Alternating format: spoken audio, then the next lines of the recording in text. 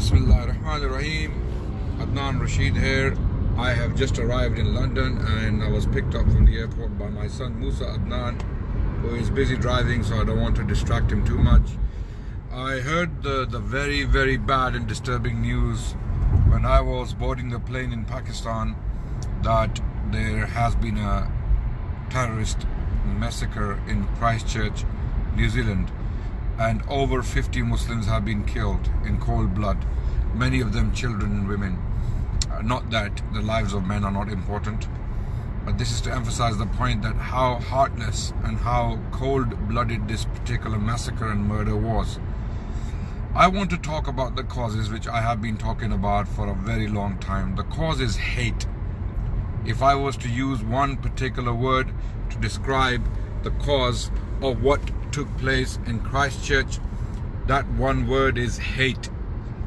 Hate pumped into the minds of people in the West by Western politicians as well as the media. Extremism doesn't have a religion. It doesn't have a particular ideology. Rather, if you look at all extremists and terrorists who kill innocent people, they share traits. They have very similar traits, and these traits are filled with hatred, no remorse, no mercy. Like this particular gunman, when I saw him shooting a woman on the floor in the head when she was asking for help, this showed me that this particular terrorist has many things similar to those terrorists who commit atrocities elsewhere. So the point I'm making, brothers and sisters, dear friends, ladies and gentlemen, that Islamophobia must be banned around the globe. It is no longer a matter of freedom of speech, as it is put forward. It is a matter of life and death. It is now an existential question for Muslims around the world. Islamophobia has caused real damage to global peace. Muslims are being demonized as well as dehumanized around the world. That's why you see massacres in Burma. That's why you see massacres in places like Christchurch. That's why you see massacres in other places around the world where Muslim blood has become cheap because of cheap politics in the West. Some politicians who have some hidden funders who are receiving this money from different sources to spew hatred against Muslims. People like Tommy Robinson are still free. People like Sam Harris are considered intellectuals. People like Richard Dawkins, who spew hatred against Muslims on Twitter, are considered scholars. Islamophobia has been normalized. It has been given respect. It has been considered legitimate criticism of Muslims and Islam. That's why you see massacres like this. So we are no longer living in a civilized world, unfortunately. It is a misconception to think that we are living in a civilized world. No, we're not. Just wearing suits, speaking eloquent English, having sophisticated stages and offices and studios doesn't make you civilized. What makes you civilized is what you are saying, what you are putting out for public to follow. And what we see on Western media in general is Islamophobia. Hate against Muslims has been accepted, unfortunately. Now, don't make any mistakes. There are thousands of people out there who actually sympathize with this attacker. We have seen that. One of the senators, I think one of the I don't think he was a senator. He was one of the officials in New Zealand. I forgot his name.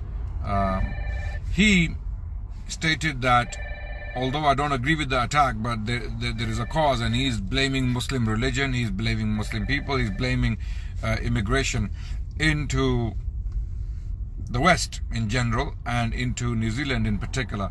We have people like that, and there are many people like that. There are many people like that out there. They are silent, and they have been radicalized by the media and the politicians. And there is no fair debate taking place on Western media. There is no fair debate. You don't see any intelligent Muslims present to defend their position, to defend their faith, and to defend themselves against attacks made by illiterate, racist, xenophobic, Islamophobic politicians and media prostitutes. So this is very, very important for us to realize. We have to understand that Muslims must now, put up a defense legally, politically, and we need to have an active presence on the media to highlight the point that Islamophobia must be banned. Islamophobia cannot be allowed. It cannot be normalized anymore. It cannot be tolerated. Otherwise, it's going to lead to bigger catastrophes in the West against Muslims. We cannot have this anymore. The governments cannot be tolerating people like Tommy Robinson. He's roaming the streets. If he was a Muslim and he was saying the same thing against some people on these issues, then he would be arrested, he would be put on trial, he would be in jail. Tommy Robinson, people like him, Sam Harris, others like him, who are spewing hatred, who are pumping hatred against Muslims, are still free. So we need to think about this. We need to advise the government. We need to talk to the government in Britain, in the US, in Australia, in Canada, in the West in general, and let them know that this is not acceptable. This is not going to be tolerated anymore. We cannot have more deaths of innocent people, whether they are Muslim or non-Muslim. We sympathize with all victims. We are victims of terrorism around the world, whether these are non-Muslim terrorists or Muslim terrorists. It doesn't matter who the terrorists are. It doesn't matter what names they have, what color they have, or what background they come from. What matters is that they are killing innocent people. And there are a number of different causes. Hate is the cause. Stop the hate against Muslims. Stop the hate against Islam. Islam is a force for good in the world. Islam has done great things. There is an Islamic civilization. We stand for that. We cherish that. We love it. We uphold it. We will be Muslims until the day we die. We ask God to take us as Muslims. We will never abandon Islam. Despite all the hate, all the criticism in the mouths of all these paid prostitutes or politicians. We will not abandon Islam. We will not let go of Islam. Islam is beautiful. We love it. So this has to stop. We have to now become sane. We have to be intelligent. We have to be wise wherever we are. As humans, we need to stand united, Muslims and non-Muslims, and we need to tell the governments that no more dehumanization and demonization of Muslims on the media. No more Islamophobia. Islamophobia is no longer a question of freedom of speech. It is a question of innocent lives. Just like anti-Semitism is not a question of freedom of speech, it is not a matter of freedom of speech. Just like that, Islamophobia is not a question of freedom of speech. We have to understand that. You have anything to add, Mr. Musa? I think you said it all. Yeah, this is something I wanted to share very quickly with my followers, brothers and sisters on Facebook. We need to continue reasoning with love and compassion, with a lot of tolerance. We need to talk to each other. We need to understand each other. What breeds hatred? Misconceptions, lies, and deliberate misrepresentation of faiths and ideas. This is what breeds hatred. We cannot allow hatred to flourish anymore in our societies if we truly want to be civilized. If we mean to be civilized humans, to make this world a civilized place, then we must talk to each other and understand each other and not allow hatred of any sort to flourish within our ranks, within our societies. Thank you so much for listening, brothers and sisters. So please campaign against those politicians and media outlets that are pumping hatred against Muslims day and night without remorse.